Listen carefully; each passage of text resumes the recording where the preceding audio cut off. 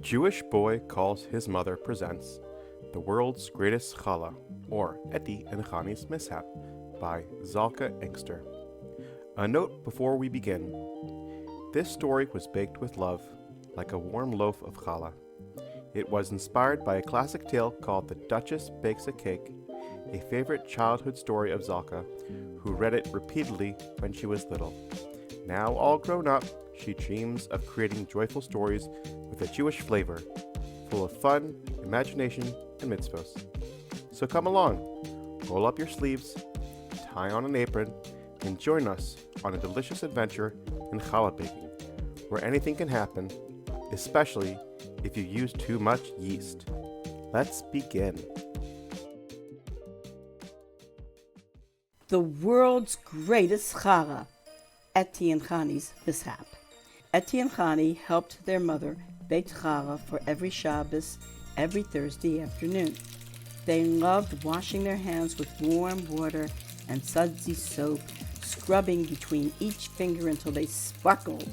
Then came their favorite part, being big, twisty loaves that filled the whole house with the warm, yummy smell of Shabbos.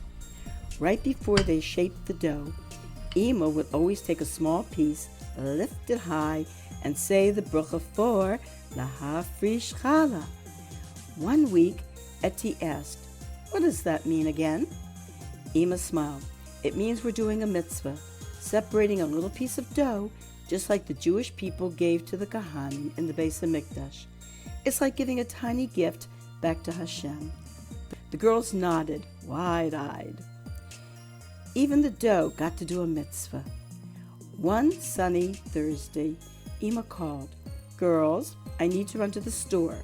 Please stay outside and play in the new jungle gym with your friends." Earlier that week, Ima and Tati had surprised them with the fanciest jungle gym they'd ever seen. It had swings, monkey bars, a twisty slide, and a climbing wall. All their friends came over and the backyard buzzed with laughter and squeals. But the moment Ima left, Ettie gasped, "I have the best idea. Let's surprise Ima and bake the challahs ourselves." "We've watched her 1,000,000 times," Chanie said. "How hard can it be?" They got to work. They poured the water, they added sugar, and then, "How much yeast do we use?" Ettie asked. Chanie grinned. "Yeast makes it rise, right? Let's use the whole bag." Uh-oh. The dough bubbled. It puffed. It wobbled. It grew and grew. Time to punch it down. But the dough had grown so tall they couldn't even reach it. So naturally, they grabbed a ladder, washed their feet very carefully, like their hands, climbed up and jumped into the dough. They danced, they stomped. The dough flopped back down into the bowl with a great plop. Then Ettie remembered, the mitzvah, Lahafrish Challah. They tore off a little piece and said the bracha like Ima always did and placed it gently on foil. They remembered the rule, no fire without Ima, so they didn't burn it. Very responsible. They shaped the challahs, popped them into the oven, and skipped outside to play until... Honey, one friend pointed at the house. "Is that challah coming out of your chimney?" It was, and the windows, and the door. Challah oozed out of the house like it was trying to give the whole neighborhood a big, doughy hug. Ettie grabbed her phone and dialed 911. "We need help!" The police arrived. One officer shouted, "Stop, challah, or I'll shoot!" His partner rolled his eyes. "Rule number 6, no weapons on runaway challahs." Next came the fire department with axes, but the fire chief stopped in his tracks. "Wait! Rule number 25282444952. No chopping holy bread, especially after Hafrashat Challah." Soon reporters swarmed the lawn. This is Rachel Ishtov from W613 News. These two girls just created the world's biggest challah. Ettie and Chanie burst into tears. We just wanted to help Ima for Shabbos. Just then Tati's car pulled up.